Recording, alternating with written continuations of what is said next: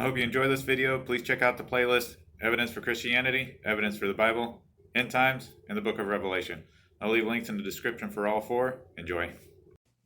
So I want to make pumpkin puree in my Crock-Pot pressure cooker and show you how I do it. I'm going to leave the pumpkin whole and then remove the seeds after I pressure cook it. And yeah, first thing we're going to do is scrub that thing clean, remove the stem. Let's do that. I'm going to use a little soap, dish soap, all natural dish soap.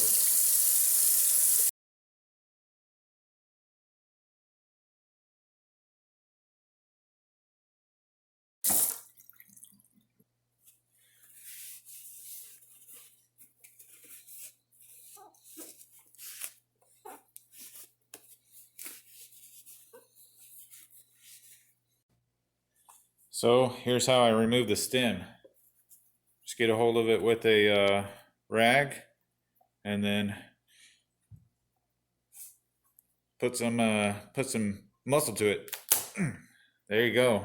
Don't need to use a knife to risk cutting yourself. Now let's take the lid off our pressure cooker. And as you see, I already have this basket down in there. Well, it's not really a basket, this little grate there. And I'm going to put about 1 inch of water.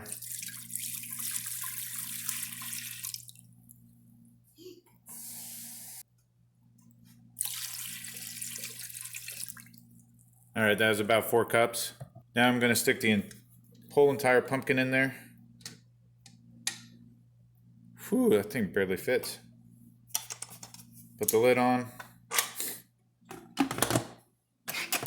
Lock it. Put that over to no steam. Alright, so I got the lid locked. There's 1 inch of water in there.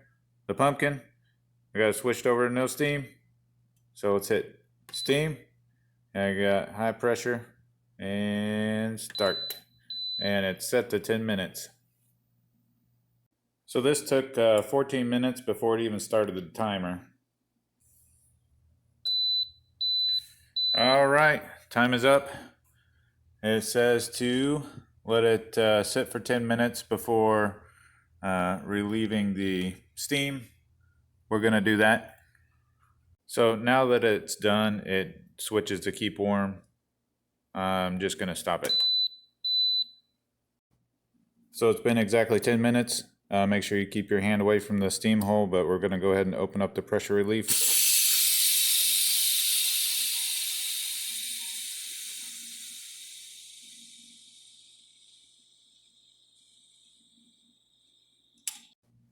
Alright, let's open it up and see how it looks. Nice. It kind of stinks. So it looks like it may have juiced out some.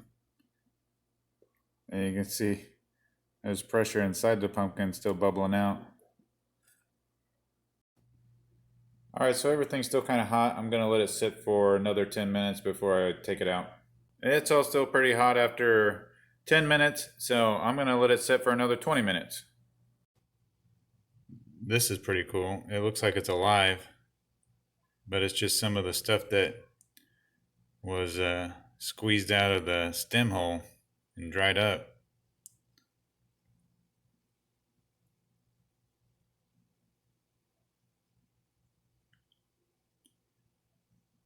But it moves like something's living. Alright, it's been sitting here for 30 minutes now and I want to get it out of here. So just, it's still pretty hot, but if you feel comfortable enough, you can take it out.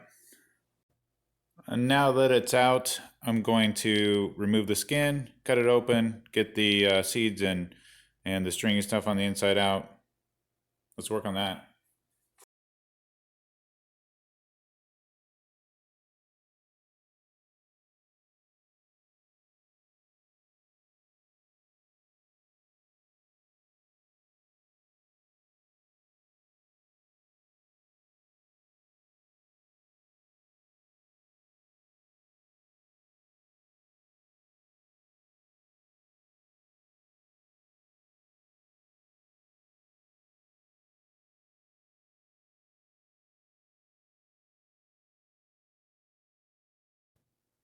So I'm going to have my son take care of processing the puree there. Some people use a food processor and blend it up. It's just as easy to use a potato masher. So we're going to mash it while I continue to skin it.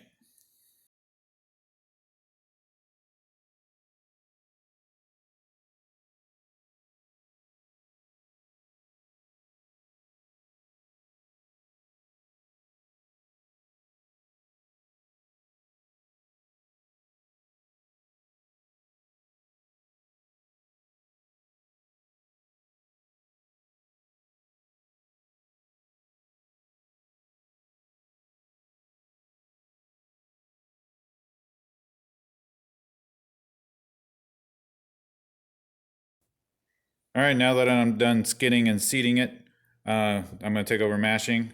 And I will say I probably could have cooked it about 2 more minutes and got it a little more soft, but that's fine.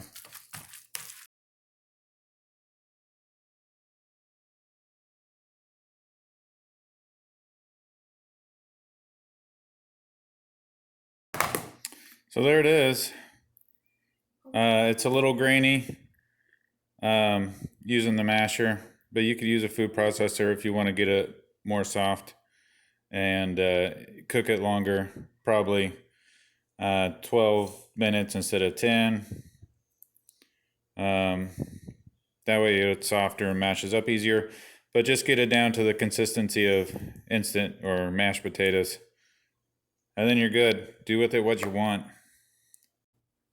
Now, if you want, you can separate the seeds out and go ahead and roast them in the oven with a little bit of olive oil and salt. That tastes great. So here's how the pumpkin bread turned out using that puree that I just made, and looks perfect.